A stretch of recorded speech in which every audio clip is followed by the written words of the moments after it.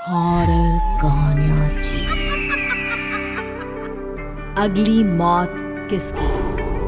संजीव अपने दोस्तों राघव और प्रतीक के साथ बियर बार में बैठकर बियर पी रहा था।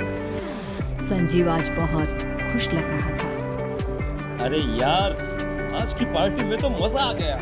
तुम दोनों दोस्तों के साथ तो मेरी जिंदगी इतनी अच्छी है कि क्या बताओ कितनी अच्छी है। अरे भाई, अब दोस्ती की है तो जीना मरना सब साथ में। हाँ अरे यार सुनो, जल्दी से एक बियर और ऑर्डर करते हैं ना, एक आखिरी, और उसके बाद ये जश्न यहीं खत्म हो जाएगा। अरे हाँ, क्यों नहीं। वेटर, जल्दी से 2 बियर की बोतल लेकर आओ। आज मेरे दोस्तों को जश्न मनाना है, क्यों? इतने में वहां पर एक बहुत सुंदर लड़की छोटे छोटे कपड़े पहनकर हाथ में बियर की बोतल लेकर इसके पास आती है। ये लीजिए, आपने बियर ऑर्डर की थी ना, मैं लेकर आ गई। क्या बात है यार, इस बार की वेटर तो बड़ी सुंदर है। अब बियर लेकर आई हो तो अपने हाथों से ही पिला दो ना। हाँ, क्यों नहीं। जैसा आप बोलोगे मैं वैसा ही करूँगा। क्या बात है यार, अब तो लगता है रोज यही आना पड़ेगा। उसके बाद वो लड़की उन तीनों को बियर सर्व कर देती है। पार्टी करने के बाद वो तीनों अपने अपने घर जाते हैं। प्रतीक, संजीव और राघव को उनके घर छोड़कर जैसे ही अकेला अपनी कार में आकर बैठता है तो अचानक उसे एहसास होता है जैसे उसकी कार की पीछे वाली सीट पर कोई बैठा हुआ है। वो तुरंत पीछे मुड़कर देखता है। तुम यहाँ क्या कर रही हो? और तुम मेरी कार में कब आई? अरे तुम तो बार में वेटर थी ना। बस ऐसे ही मेरा दिल कर रहा था आपके साथ आपके घर चलने का, इसलिए मैं आपके साथ चली आई। अरे लेकिन तुम मेरी कार में आई कब? अभी कुछ देर पहले तो यहाँ पर मेरे दोस्त बैठे हुए थे। प्रतीक के इतना बोलते ही उस लड़के का चेहरा खतरनाक तरीके से बदल जाता है। उसकी आंखें पत्थर की तरह सफेद और पूरे शरीर पर नीली नीली नसें उभर आती है। गाड़ी चलाओ, पूरी स्पीड में चलाओ, और अगर तुमने गाड़ी रोकने की कोशिश भी की तो मुझसे बुरा कोई नहीं होगा। डर की वजह से प्रतीक के पसीने छूटने लगते हैं। उसका शरीर बुरी तरह से कांप रहा था। प्रतीक बिना कुछ सोचे समझे कार को फुल स्पीड से चलाना शुरू करता है। चलते चलते वो शहर से दूर एक पहाड़ी पर पहुंच जाता है और सामने अब सिर्फ पहाड़ी का किनारा दिख रहा है, जिसे देख प्रतीक घबराकर अचानक से कार को ब्रेक लगाता है। देखो, मुझे छोड़ दो मुझे। अगर मैंने गाड़ी जरा सी भी आगे बढ़ाई तो हम दोनों नीचे गिरकर मर जाएंगे। ये तो तुम्हें पहले सोचना चाहिए था ना। अब कुछ नहीं हो सकता।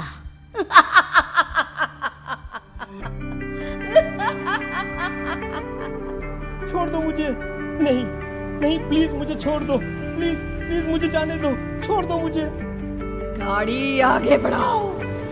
और तभी अचानक से बिना प्रतीक के स्टार्ट किए उनकी कार आगे बढ़ती है और गहरी खाई में गिर जाती है। उसके चीखने की आवाज चारों तरफ सुनाई देती है।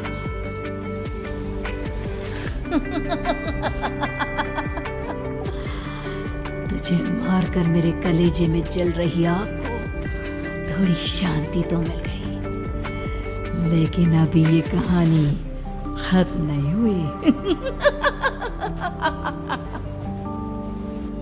और फिर अगले दिन राघव और संजीव को पता चलता है कि प्रतीक की पहाड़ी से नीचे गिरकर मौत हो गई।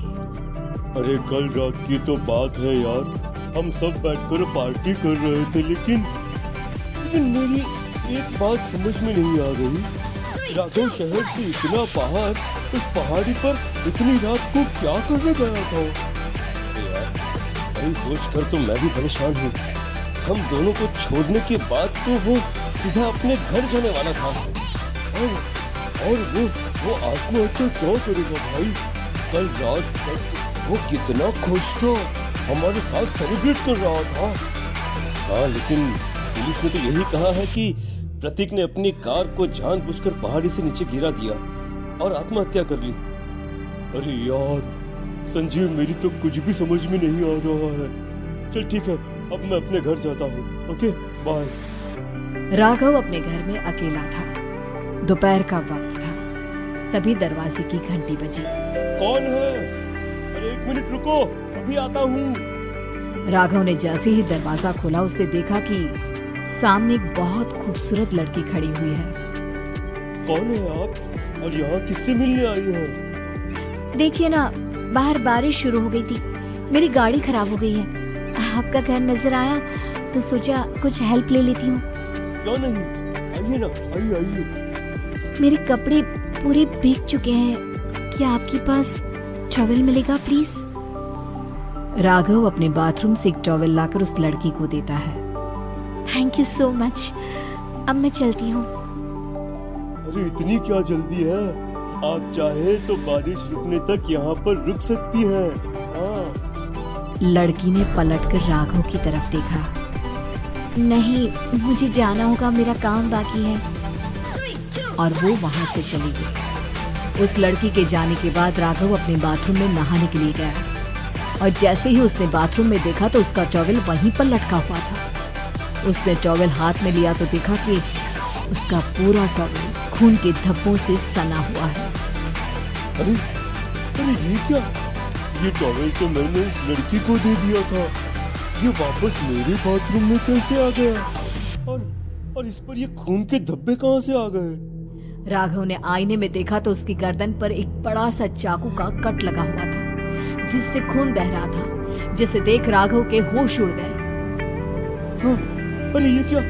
मेरी गर्दन इतनी ज्यादा कटी हुई है और मुझे दर्द भी नहीं हो रहा है। ये क्या हो रहा है मेरे साथ? राघव घबराकर बाथरूम से बाहर आया और अपना मोबाइल उठाकर उसने संजीव को फोन लगाया। संजीव जल्दी से मेरे पास आ जाओ। मुझे लगता है कुछ बहुत बड़ी गड़बड़ है, जल्दी आ जाओ।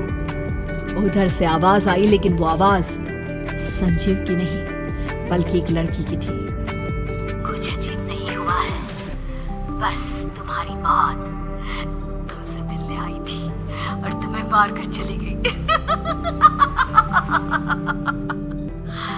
अब तुम इस दुनिया का हिस्सा नहीं हो राघव, इसलिए तुम्हें अपनी गर्दन के कटने का दर्द भी महसूस नहीं हो रहा।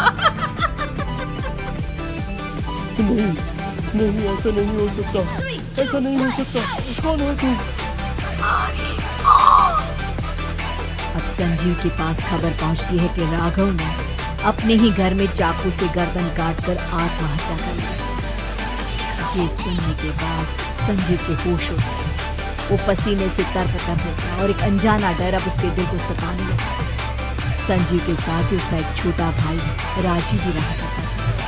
अपने भाई को इस तरह परेशान देखकर राजीव उसके पास आया। अरे भैया, क्या हुआ भैया? आप इतने घबराए हुए क्यों लग रहे हैं? प्रतीक और राघव की मौत, मेरा मतलब मेरी कुछ समझ में नहीं आ रहा भाई। अचानक से मेरे दोनों दोस्तों ने आत्महत्या क्यों कर ली? अरे वो तो मेरी भी समझ में नहीं आ रहा है भैया। हाँ, हो सकता है कि कोई परेशानी होगी और इसीलिए उन्होंने ऐसा किया होगा। हाँ, लेकिन दोनों की जिंदगी में एक साथ परेशानी और दोनों का इतनी खतरनाक तरीके से आत्महत्या करना, कहीं ऐसा तो नहीं मैं भी मर जाऊंगा? अरे आप ऐसी बातें क्यों कर रहे हैं भैया? वैसे ही मैं इतना परेशान हूँ। जब से अंजलि ने मेरा साथ छोड़ा है तब से सब कुछ बहुत अजीब सा हो गया है। रोज रात को डरावने सपने आते हैं। ऐसा लगता है जैसे अंजलि बार बार मेरे सपनों में आकर मुझे डराने की कोशिश करती है। अंजलि का नाम सुनते ही संजीव की आंखें फट गई और उसके गले में आवाज अटक गई। उसके चेहरे पर घबराहट साफ नजर आ रही थी। कौन थी वो लड़की जिसने प्रतीक और राघव को आत्महत्या की आड़ में मौत की घाट उतार दिया? और कौन थी अंजलि जो बार बार राजीव के सपनों में आकर उसे डरा रही थी? अंजलि का नाम सुनकर संजीव इतना घबरा क्यों गया? इन सवालों के जवाब जानने के लिए देखिए इस खतरनाक कहानी का अगला भाग।